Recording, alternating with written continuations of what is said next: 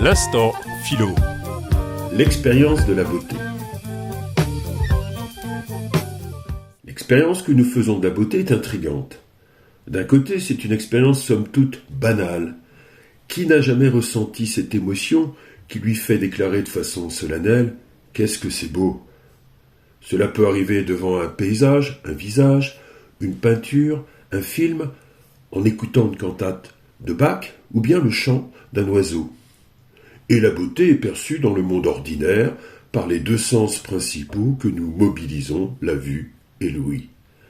Mais, d'un autre côté, la beauté rend manifeste l'existence de quelque chose de tout à fait extraordinaire, bien différent de tout ce que nos cinq sens nous présentent.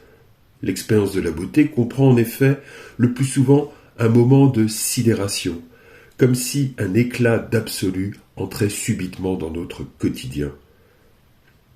Pour Platon, ce caractère paradoxal de la beauté tient à sa nature même. Illustre représentant d'idéalisme philosophique, Platon estime que la réalité est constituée d'idées que notre intelligence pure peut saisir. Notre perception habituelle du monde est censée, selon lui, nous égarer, car elle ne nous propose que de pâles et périssables copies des idées éternelles. Parmi ces dernières, les trois grandes idées sont celles du beau, du vrai et du bien.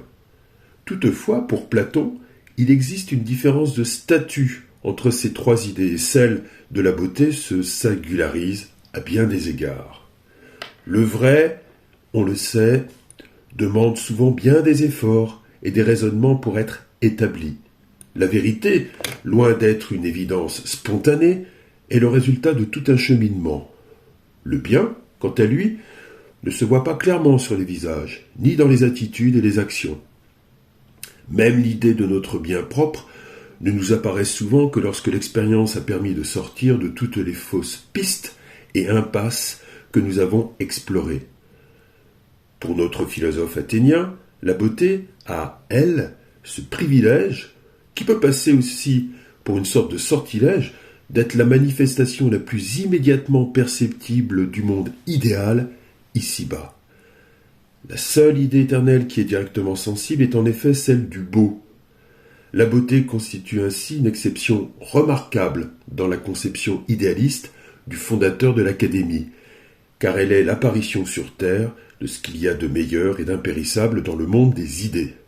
C'est pourquoi, pour Platon, il ne faut jamais se moquer ni sous-estimer une personne qui s'extasie devant une manifestation de la beauté.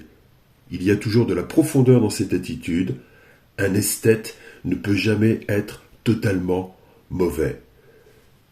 On parle parfois de beauté à couper le souffle. En tout cas, la beauté nous enthousiasme et nous inspire. Platon en fait l'objet général de toute passion. L'amour est pour lui toujours désir de beauté, et même désir d'engendrer dans le beau. La beauté nous chamboule, peut nous faire tourner la tête, nous bouleverse, tout comme le fait l'amour quand il s'empare de nous corps et âme. Stendhal disait souffrir à Florence de vertige lié à la puissance des chefs-d'œuvre qu'il contemplait dans cette cité de Toscane, qui abrite dans ses murs des beautés picturales, dont les auteurs sont Raphaël, Léonard de Vinci, Masaccio, Botticelli, Le Caravage, Michel-Ange, Bronzino. La beauté est promesse de bonheur, notait également Stendhal, pour qui le beau prépare également et rend possible une existence accomplie. C'est dire l'aspect mixte de cette expérience du beau qui est à la fois physique et en un sens métaphysique, c'est-à-dire qui renvoie au concret de la sensibilité et nous élève dans un au-delà magnifié du monde.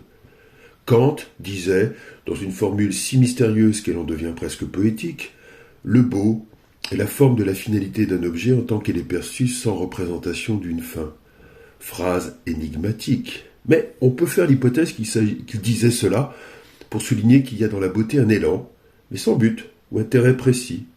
La beauté serait ainsi un mouvement de passion désintéressé, sans les affres du désir, ni la visée d'un objet. Ce serait un mouvement qui, loin de nous déchirer et nous tourmenter, serait source d'un plaisir qui nous réconcilierait avec le meilleur de nous-mêmes.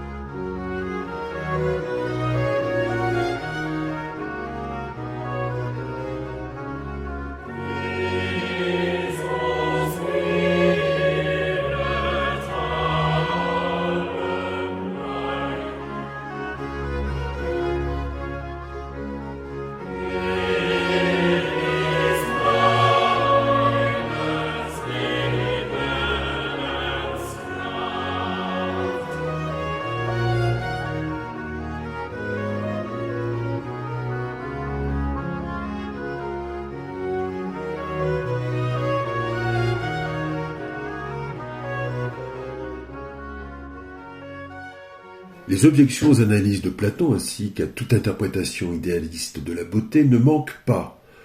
Pour Nietzsche et Freud, la vision idéaliste de la beauté parle plus du ressentiment à l'égard de l'existence humaine que du sentiment lui-même du beau. La beauté du monde idéal serait alors surtout un prétexte pour dénoncer et compenser la supposée laideur de notre monde. Dans une autre optique, le philosophe Bergson voit dans l'expérience esthétique une meilleure perception de la réalité elle-même, et non la description d'un autre monde idéal qu'on aurait perdu ou qu'on chercherait à atteindre. Il note « L'artiste a toujours passé pour un idéaliste. On entend par là qu'il est moins préoccupé que nous du côté positif et matériel de la vie. C'est, au sens propre, un distrait. Pourquoi, étant plus détaché de la réalité, arrive-t-il à y voir plus de choses ? On ne le comprendrait pas si la vision que nous avons ordinairement des objets extérieurs de nous-mêmes n'était pas qu'une vision que notre besoin d'agir et de vivre nous a amenés à rétrécir et à vider. Pour Bergson, en effet, les nécessités de l'action tendent à limiter le champ de notre vision. L'expérience du beau est ainsi un moment d'élargissement de notre perception. La beauté n'indique pas donc la présence d'un monde meilleur que le nôtre, mais elle est le fruit d'un meilleur regard porté sur la riche réalité de notre monde. Quelle que soit la doctrine à laquelle on adhère, on s'accorde au moins sur un point. L'expérience de la beauté est d'une grande force. La beauté est toujours perçue comme une expérience riche, censée nous placer devant une réalité plus intense. Mais, curieusement, cette description fait contraste avec les considérations habituelles sur cette catégorie esthétique. La beauté, qui fait si forte et noble impression sur notre sensibilité, est souvent saisie de manière plate par notre intelligence, qui peine à lui donner la place et la valeur qu'elle semble mériter. En effet, il est courant d'insister sur la relativité de la beauté, comme si cette réalité si riche de sens pouvait se diluer dans la logique banale des goûts et des petites appréciations personnelles. On croit souvent que cette rencontre avec le beau, pourtant si commune et frappante, dépend des goûts, de sa culture, de son humeur, bref, cette grande expérience se réduirait à notre petite subjectivité.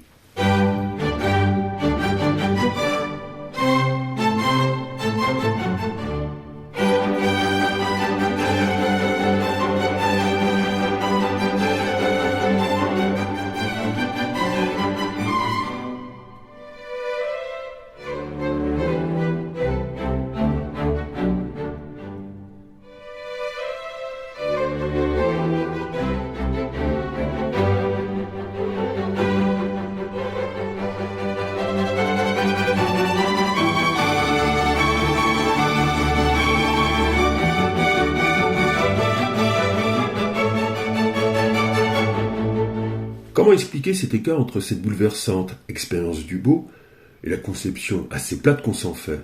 D'abord par le relativisme culturel. On sait que les goûts esthétiques sont liés en partie au type de culture, à l'éducation, à notre parcours personnel et à la période historique où l'on se situe. Il faut assurément tenir compte de cet aspect, rester ouvert face à la diversité des manifestations du beau.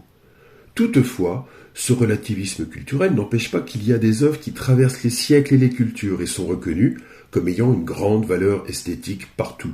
Je parle des classiques, comme Les Mille et une Nuits, l'Iliade ou les œuvres de Mozart.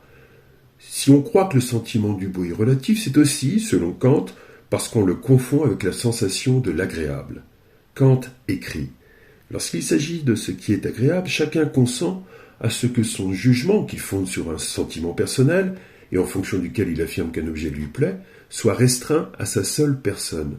Le principe, à chacun son goût, est valable pour ce qui est agréable. Kant, on le voit, rejoint ainsi l'adage populaire « les goûts et les couleurs ne se discutent pas ». Mais il précise « il en va tout autrement du beau. Il serait tout juste à l'inverse ridicule que quelqu'un s'imaginant avoir du goût en ce domaine songe en faire preuve en déclarant « cet objet est beau pour moi ». Car, lorsqu'il dit qu'une chose est belle, il attribue aux autres la même satisfaction. Il ne juge pas seulement pour lui, mais pour autrui. et parle alors de la beauté comme si elle était une propriété des choses.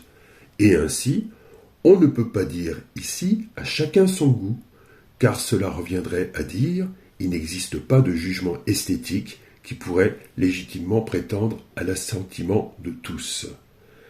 Kant en déduit la définition suivante. Est beau ce qui plaît universellement sans concept. Pourquoi sans concept ? Parce que toutes les explications intellectuelles pour justifier un jugement esthétique sont inadaptées. Le beau est saisi par la sensibilité et non par la raison théorique. Si on pense que le beau est relatif, c'est aussi parce qu'on croit que seule la vérité prouvée scientifiquement peut avoir une validité universelle. Pour Kant, toutefois, un sentiment éprouvé, esthétiquement, peut aussi plaire universellement et s'imposer à toute sensibilité ayant cultivé à minima son goût. Rappelons qu'être universel, ce qui vaut de droit partout et toujours. Mais une chose est l'universalité, autre chose l'unanimité. Que la Terre soit ronde et tourne autour du Soleil est une vérité universelle, mais qui n'a pas toujours été acceptée de fait par tout le monde. Et il y a encore des platistes. Encore une fois, l'exemple des classiques qui traversent les siècles et les cultures semble donner raison à cette critique de la relativité du beau dans le domaine esthétique, ainsi qu'à l'affirmation de la valeur universelle du beau, même si l'unanimité n'est pas toujours au rendez-vous. Estimer à cet égard que cette théorie des classiques serait une façon pour la classe ou la civilisation dominante d'imposer ses vues semble un peu court. Il a toujours existé un art officiel, des peintres dits pompiers, aux artistes contemporains promus artificiellement par des galéristes qui spéculent. Mais le temps fait souvent le tri, et il arrive que des artistes, d'abord maudits, trop populaires, appartenant à une culture moins mise en valeur, finissent heureusement par être reconnus. S'il ne faut pas minimiser l'efficacité de la promotion de certains goûts esthétiques pour des raisons idéologiques ou économiques, il semble raisonnable de ne pas leur accorder une toute puissance. Enfin, pour conclure, la beauté est, il faut le noter, une des catégories esthétiques parmi d'autres. Kant parle aussi du sublime, et des tragiques grecs aux œuvres de Francis Bacon ou de Picasso, en passant par les comédies de Molière, il y a toute une lignée d'artistes qui ne cherchent pas à faire naître le sentiment du beau. Au demeurant, comme toute expérience esthétique, la beauté nous fait comprendre que nous pouvons rencontrer les autres humains et nous entendre avec eux, pas seulement en reconnaissant le vrai grâce à la science, ou en ayant un sentiment partagé du bien, en morale, mais aussi directement par la sensibilité. Toutefois, avec la beauté, c'est la communion la plus paisible et la plus réconfortante avec le reste de l'humanité qui est proposée, celle qui passe par la complicité immédiate et harmonieuse des âmes sensibles. La beauté a donc la particularité de faire résonner en nous la corde sensible d'un cosmos ordonné et idéal, et de proposer ce dont nous avons souvent besoin, une esthétique de la sérénité et de la paix.